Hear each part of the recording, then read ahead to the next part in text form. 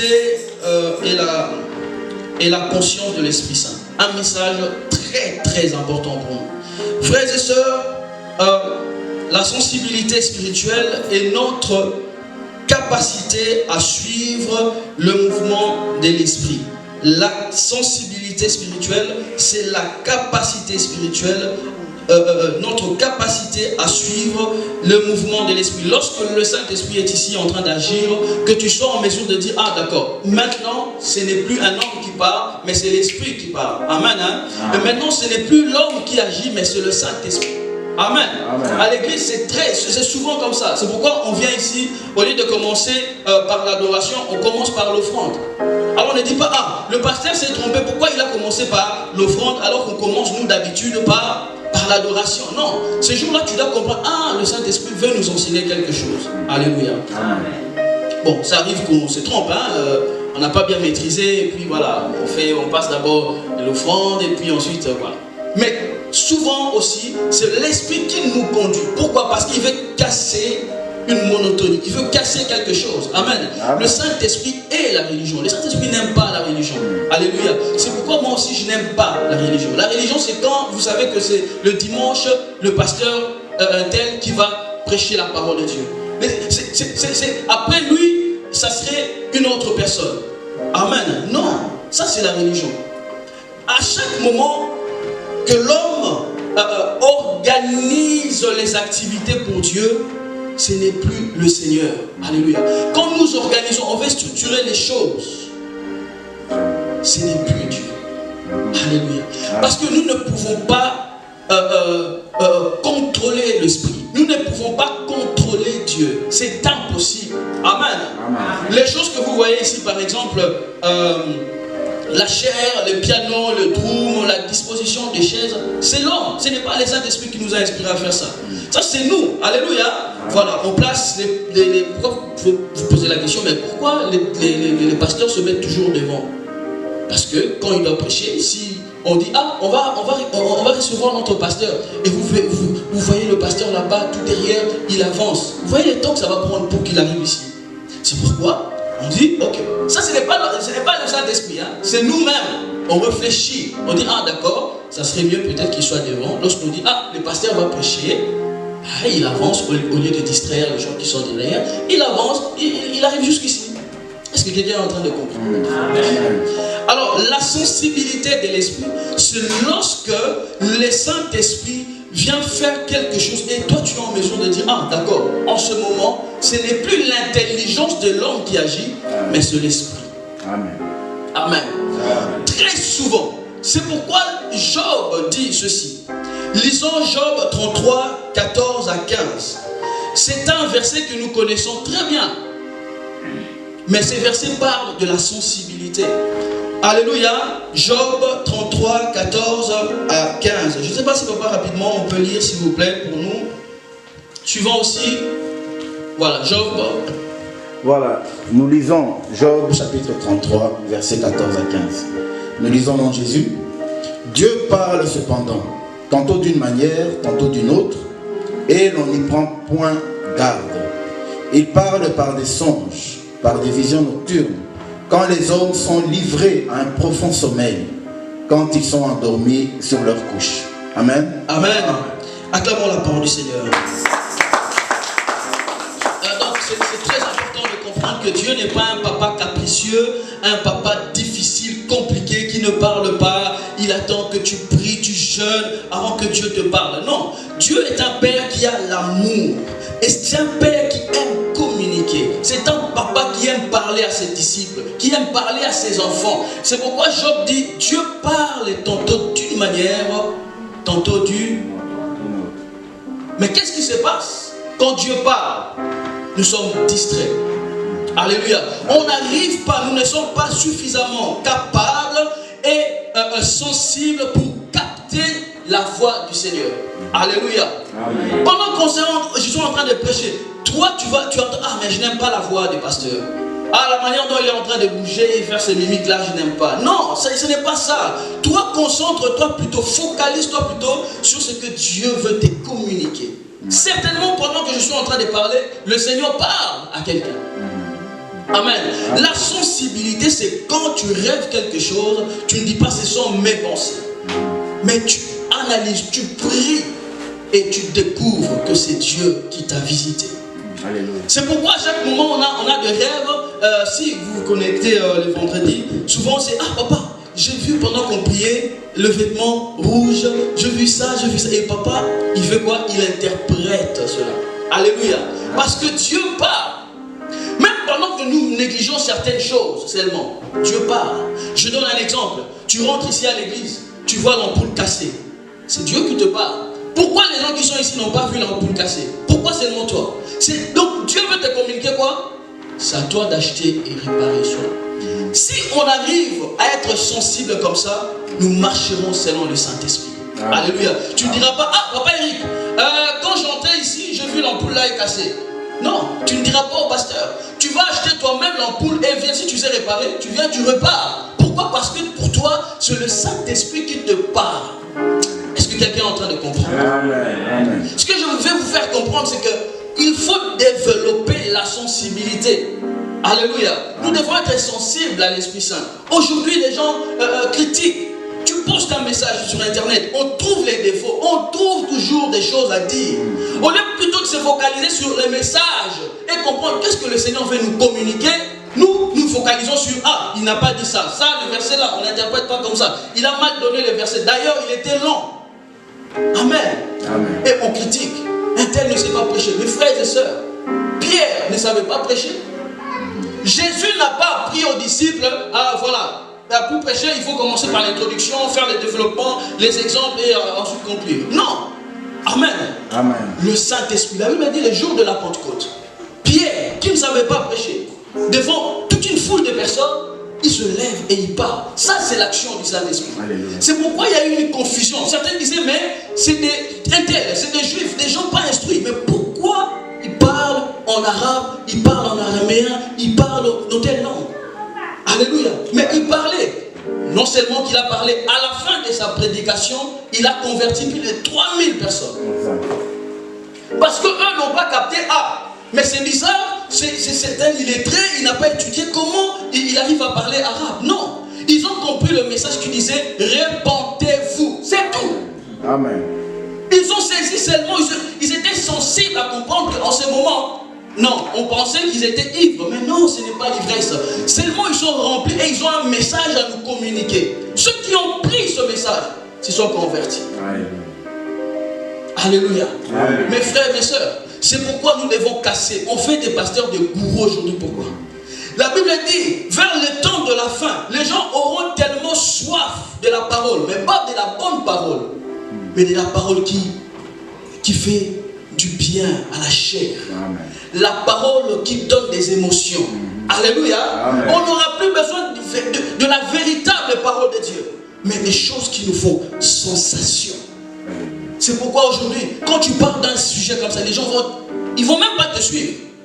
Et je dis, quand je parle avec papa, je dis, papa, moi je sais, ici, c'est difficile qu'on vous invite quelque part. Amen.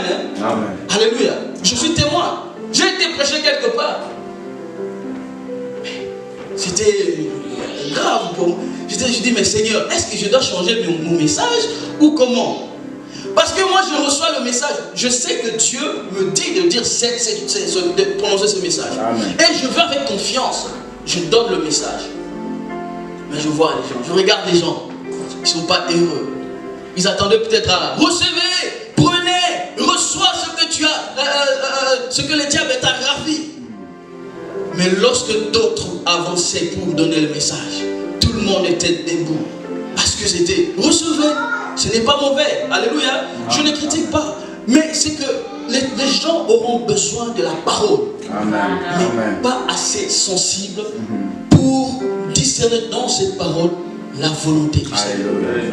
Donc on ne va plus agir parce que nous sommes sensibles à l'esprit, mais parce que nous sommes tellement conscients de notre chair. Nous sommes tellement charnels que nous souhaitons des messages qui nous font plaisir.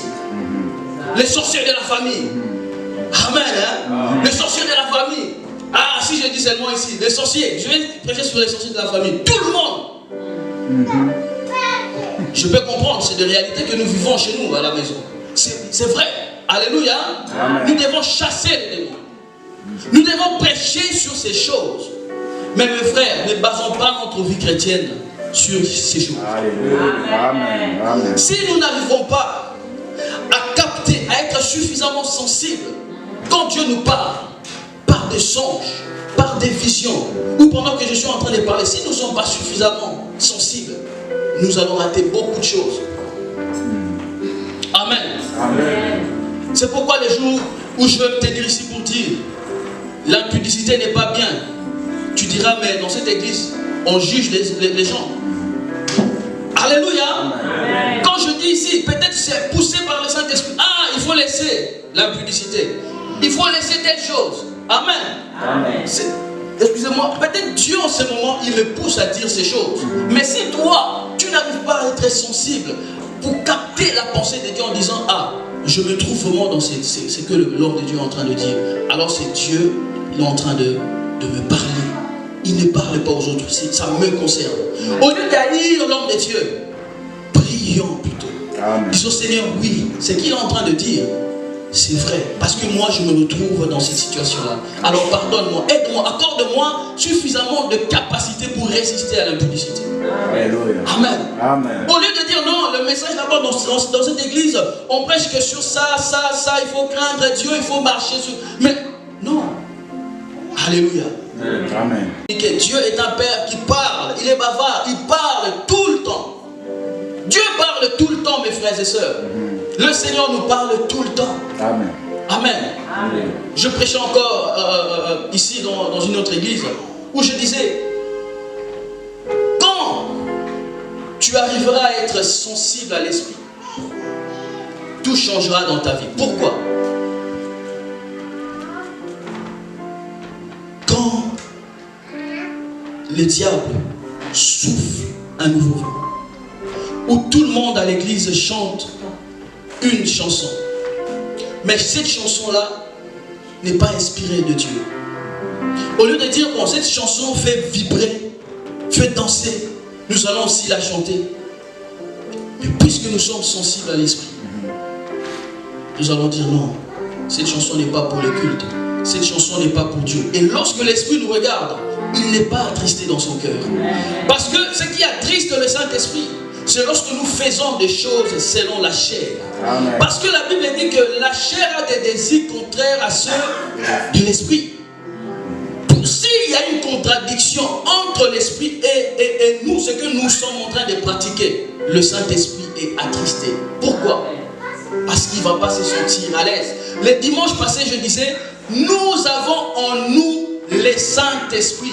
Nous avons le Saint-Esprit qui habite en nous. Mais lorsqu'on prend la décision d'aller quelque part, au restaurant, ne pensez pas que le Saint-Esprit va rester parce que lui ne mange pas. Il va rester à la maison et lorsque tu finis l'activité, tu reviens, tu le trouves à la maison en train de t'attendre. Non. Quand nous prenons des décisions, nous associons directement le Saint-Esprit. Amen.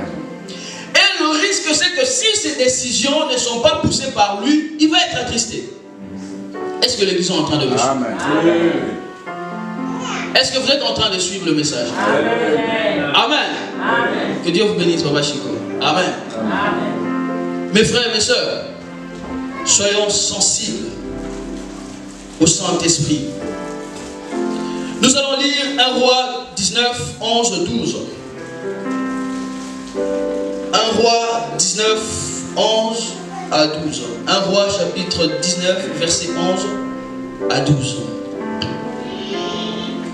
Suivez cette histoire, s'il vous plaît. 1 Roi chapitre 19, à partir du verset 11. L'Éternel dit, sors et tiens-toi dans la montagne devant l'Éternel. Et voici, l'Éternel passa. Et devant l'Éternel, il y eut un vent fort et violent qui déchirait les montagnes et brisait les rochers. L'Éternel n'était pas dans le vent. Et après le vent, ce fut un tremblement de terre. L'Éternel n'était pas dans le tremblement de terre. Et après le tremblement de terre, un feu. L'Éternel n'était pas dans le feu. Et après le feu, un murmure doux et léger. Amen. Amen. Que le Seigneur bénisse sa parole. C'est l'histoire de ce prophète que nous connaissons, Élie. Il était en train de prier et Dieu lui dit, va, monte sur la montagne et là je vais te parler. Suivez-moi. Le prophète monte sur la montagne et la Bible dit, premièrement, il y a un vent fort qui vient frapper la montagne. Alléluia. Amen. Vent est brisé montagne. Et le prophète ne s'est pas précipité pour dire, ah l'Éternel, tu es là. Je sais que tu es là. Amen. Hein? Amen. Il était suffisamment sensible. Il dit non. Le Seigneur n'est pas toujours le feu dévorant. Mes frères et mes sœurs, je vais faire une parenthèse. C'est pourquoi lorsque Jésus nous dit, ne maudissez pas, bénissez. Parce que nous risquons de maudire Paul. Quand la Bible dit, bénissez, ne maudissez pas, tu risques de maudire l'apôtre Paul. Je vais vous expliquer. L'apôtre Paul est celui qui persécutait l'église. Pendant qu'on maltraitait, on voulait tuer Étienne, il était là. Il soutenait même l'idée. Non, il faut qu'il meure parce qu'il blasphème. Alléluia. Amen. Et si nous pensons que Dieu, c'est toujours le Dieu qui répond par le feu. Quand quelqu'un te fait du mal, tu entres en jeûne de prière. 3 jours à sec. Dieu, je veux qu'il soit malade. Tu risques de maudire Paul, pardon. Tu risques de maudire qui? Paul. Quand le Seigneur dit, ne maudissez pas, bénissez. Il faut savoir faire la part des choses. Quand le Seigneur te dit, maintenant lève-toi, tu dois chasser. Il faut se lever et chasser. Mais il y a des moments où le Seigneur ne te dit pas de chasser. Il te dit de bénir, de prier. La personne que tu es en train de voir qui te fait du mal, c'est le futur apôtre Paul. Alléluia. La personne là, c'est le futur apôtre Paul. C'est pourquoi il faut être sensible. Vous voyez pourquoi c'est important? Pour toi. Parce que l'apôtre Paul, c'est celui qui nous bénit. Il a écrit peut-être 75%. Il y a un Nouveau Testament. Quelle présence de Dieu. Regardez. La Bible dit que un vent violent passe. Il était sensible, le prophète. Il ne s'est pas précipité en disant, l'Éternel, je sais que tu es là. Et après, un feu dévorant. Des tonnerres. Si toi, on t'avait enseigné que Dieu, c'est le Dieu de caquet, des tonnerres. Dieu, c'est le Dieu qui, quand il est là, et tout tremble. Regardez ce qui va se passer. La Bible dit, mais après, j'aime ce qu'il a fait, le prophète. Et après le vent, ce fut un tremblement de terre. L'Éternel n'était pas dans le tremblement de terre. 12. Et après le tremblement de terre, un feu. L'Éternel n'était pas dans le feu. Et après le feu, un murmure doux et léger. Dieu est aussi le Dieu d'amour. Amen. Pourquoi on ne dit pas Amen aujourd'hui? Amen. Hein? Non, c'est les gars. Vous êtes fâchés? Dieu n'est pas... Maman, ça va? Dieu n'est pas toujours celui qui répond par le feu. Et ce qu'il va faire, le prophète, quand Dieu dit, quand il entend le murmure, écoutez, la Bible dit, et après le feu, un murmure doux et léger. C'est-à-dire Dieu marche.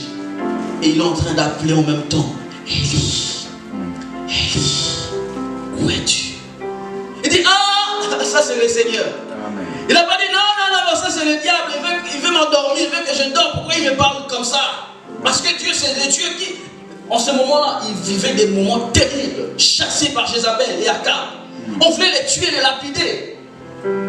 En ce moment, il traversait des moments compliqués. Comment nous traversons des moments compliqués? Quelle est notre attitude? Alléluia. Amen. Parce qu'on va rater, on va se précipiter à l'église. Papa, je souffre, telle chose. Peut-être en venant, Dieu t'avait parlé. Mais il a parlé de manière tellement douce et avec amour, avec bonté. Tu dis non, ça ne peut pas être Dieu. Parce qu'on veut associer Dieu à nos problèmes. Ce n'est pas parce que nous avons de gros problèmes que Dieu devient triste, tout triste. Il doit, oui, maman, il traverse le monde. Non, Dieu est Dieu. Amen. Alléluia. Aujourd'hui, je veux perdre mon enfant. Mais il vient au moment où je pleure. Il dit, demain, j'ai besoin que tu ailles prêcher quelque part.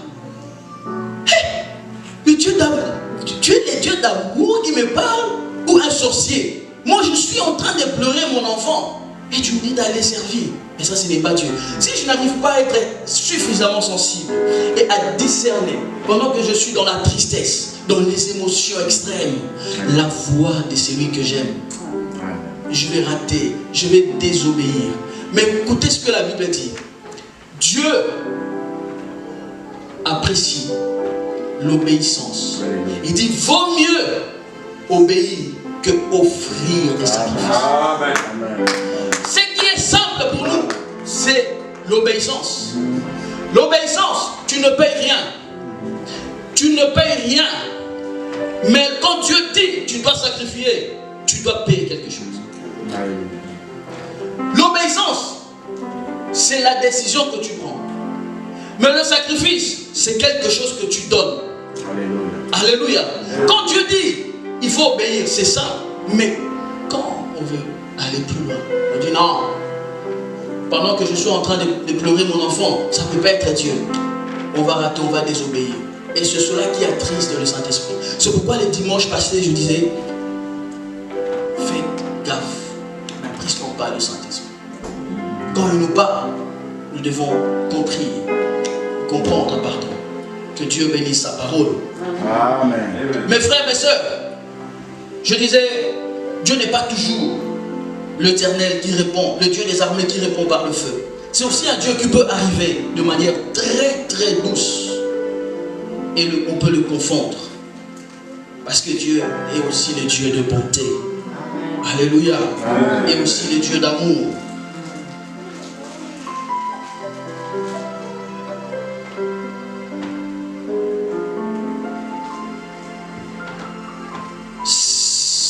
Parlons à présent de la conscience. Je parlais de la sensibilité pour finir, je vais parler de la conscience. La sensibilité, est-ce que nous avons compris?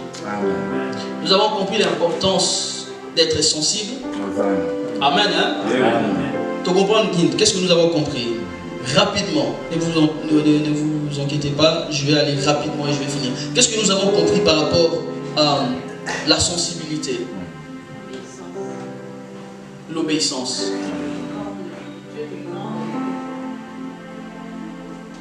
L'obéissance quand le Seigneur nous parle. Quand on obéit lorsque nous sommes sensibles, hein, lorsqu'on discerne que c'est Dieu qui nous parle, on arrive à capter la voix de Dieu et ça nous pousse à l'obéir. Alléluia. Amen. Et autre chose, c'est la posture. La posture des gens en fait au quotidien. Amen. Parce que on a un environnement peut-être en fait qui nous empêche. Mais essayer d'avoir cette posture en fait de discerner. C'est fort. Amen. Amen. Amen. Que le Seigneur vous bénisse, papa. Amen. Encore une autre chose, comme ça je... Amen. Dieu est tout aussi doux. Très bien. Amen. Confond. Parce que chez les Congolais, maman, c'est... Si le feu ne descend pas, mais peut-être que Dieu ne demande pas toujours de sauter. Il nous demande seulement de prier doucement. Amen. Amen. Alléluia. Très important. Est-ce qu'on peut acclamer le Seigneur? Alors, la conscience de l'Esprit. La conscience de l'Esprit Saint, c'est savoir qu'il habite en nous.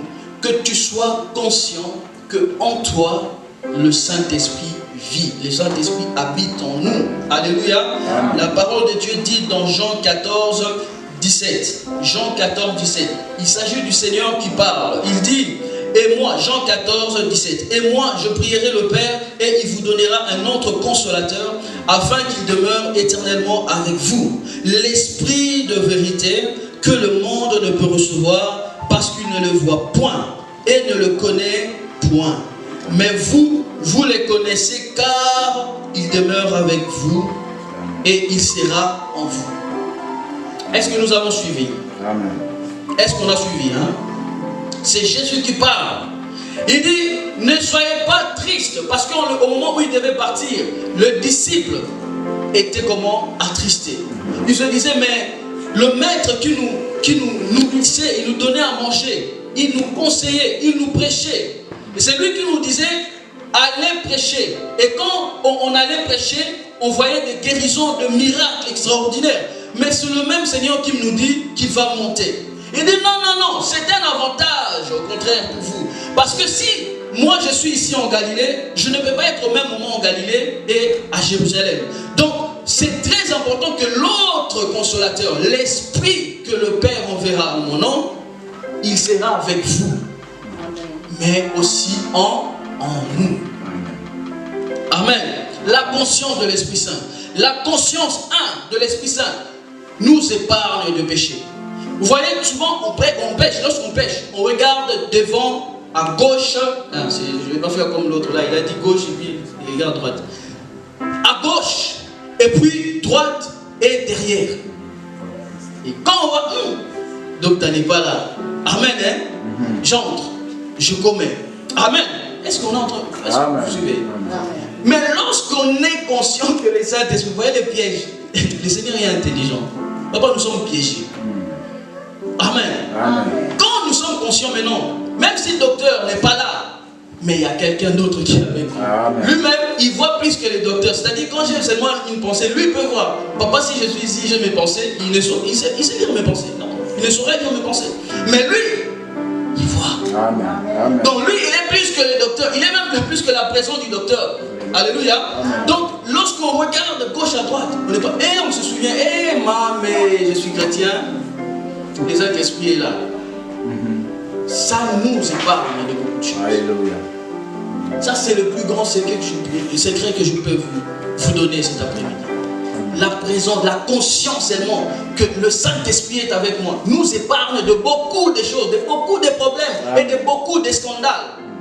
Si seulement nous sommes conscients que nous sommes habités par le Saint-Esprit et qu'il est en nous, avec nous, il nous accompagne. J'aime ce que les disciples ont fait. Mes frères, mes sœurs, l'histoire, lorsqu'on nous parle de l'histoire de Ananira et Saphira, sa femme, cette histoire est restée dans la parole de Dieu pour nous enseigner quelque chose. Dieu n'est pas méchant. C'est vrai, le bien qu'ils ont vendu appartenait à qui? À eux. Amen, hein? Amen. Le bien là n'appartenait pas aux disciples, ni au Saint-Esprit. Mais le Seigneur voulait nous enseigner quelque chose. Il voulait introduire une nouvelle notion, la notion de sa conscience, de la conscience de sa présence. Parce qu'ils ne se sont pas présentés devant le Saint-Esprit. Le Saint-Esprit, on ne le voit pas. Ils étaient là devant des hommes simples, des hommes qui connaissaient, ils mangeaient ensemble. Eux tous étaient disciples. Mais ce jour-là, ils n'avaient pas conscience que les choses changeaient. Amen. Les choses changeaient. Au moment où il se présente devant les disciples, en disant non, nous avons vendu cette parcelle autant et voilà ce qui reste, prenez. Le Saint-Esprit dit, Pierre, ce n'est pas vrai. Regardez ce que la Bible dit, Actes des Apôtres 5, très très important, regardez. Est-ce que vous prenez aussi la Bible, hein? Parce que je dois finir mon message. Regarde ce qui va se passer. Papa, vous pouvez lire à partir de 1. Actes des Apôtres, chapitre 5. Nous lisons. Mais un homme nommé Ananias, avec Saphira, sa femme, vendit une propriété et retint une partie du prix. Sa femme le sachant, puis lui apporta le reste et le déposa aux pieds des apôtres. Pierre lui dit, Ananias, pourquoi Satan a-t-il rempli ton cœur au point que tu mentes au Saint-Esprit et que tu aies retenu une partie du prix du champ? S'il n'eût pas été vendu, ne te resterait-il pas? Et après qu'il ait été vendu, le prix n'était-il pas à ta disposition? Comment as-tu pu mettre en ton cœur un pareil dessein? Ce n'est pas à des hommes que tu as menti, mais à Dieu. Ananias entendit ces paroles, tomba et expira. Une grande crainte saisit tous les auditeurs. Merci beaucoup. Amen. Est-ce qu'on peut acclamer la parole du Seigneur? Regardez mes frères et sœurs. Donc cet homme va mentir aux disciples. Amen. Amen. Mais lui, il parlait devant les hommes. Mais Dieu était présent. Le Saint-Esprit était là. Il n'est pas mort parce qu'il avait menti aux disciples. Il dit, ce n'est pas à Pierre que tu as menti. On On a lu ça, non? Amen. Ce ne sont pas aux hommes. Est-ce qu'on peut revenir?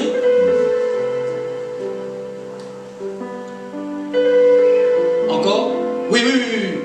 Ce n'est pas à des hommes que tu as menti, mais à Dieu.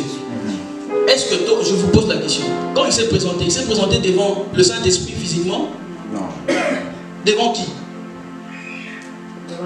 Ce que je suis en train de parler là, en train de prêcher, c'est important, mais je ne sais pas, que Dieu ouvre notre intelligence pour comprendre. Amen. Regardez, il se présente devant les hommes, mais le Saint-Esprit le tue. Qu'est-ce que vous comprenez? Devant les hommes, le Saint-Esprit, non, les hommes disent, ce ne sont pas aux hommes.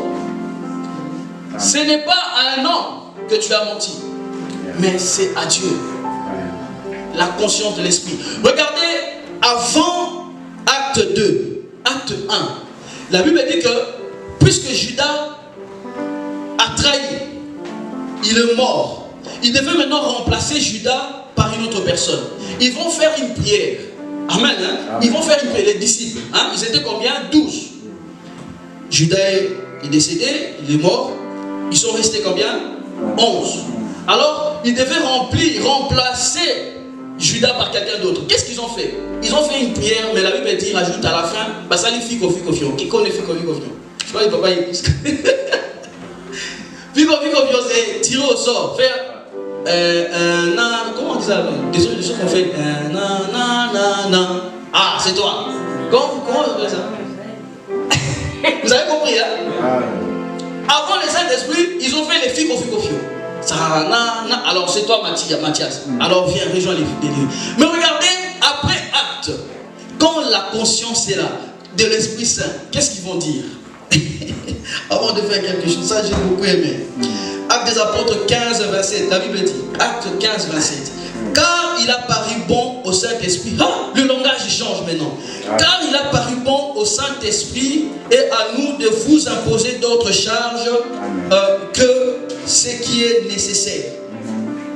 Le langage change. Maintenant, nous avons la conscience que le Saint-Esprit est avec nous. Lorsqu'on parle, ce n'est plus nous qui parlons, mais c'est le Saint-Esprit qui parle. Alors, on va faire les choses avec le Saint-Esprit. On ne laisse plus le Saint-Esprit. On ne choisit plus par hasard des choses. Parce que le Saint-Esprit est là. On dit une parole. C'est la parole du Saint-Esprit. Amen. Je veux finir. La Bible, dans le Nouveau Testament, nous parle de l'histoire de Géasi. Papa, il a prêché sur ça. C'est dans 2 Rois 5, 20. L'histoire de Géasi. C'est là que je vais terminer mon message. Pour nous montrer pourquoi nous devons être sensibles et comprendre que le Saint-Esprit est avec nous. Lorsque nous agissons comme et en conscience que l'Esprit est là. Amen. Lorsque tu parles, hier quand je parlais avec mes frères ici, pour le baptême, je dis une chose, les paroles que nous prononçons ont une efficacité. Alléluia. Amen. Surtout quand tu es chrétien, parce que ta parole est mélangée à celle de l'Esprit. Quand tu parles, c'est en même temps toi, mais c'est en même temps le Saint-Esprit qui dirige ta parole. Lorsque tu maudis, attends-toi que cela arrive. Lorsque tu bénis vraiment quelqu'un. Lorsque tu pries parce que le Saint-Esprit est en train de souffler en toi des paroles que tu dois dire. 2 Rois, je vais finir là, 2 Rois 5, 20. C'est l'histoire de Naaman, Géasi et Élisée. Amen. Papa, vous pouvez lire cette histoire? Après, nous allons clôturer. 2 Rois, chapitre 5. L'Éternel est vivant. Je vais courir après lui et j'en obtiendrai quelque chose.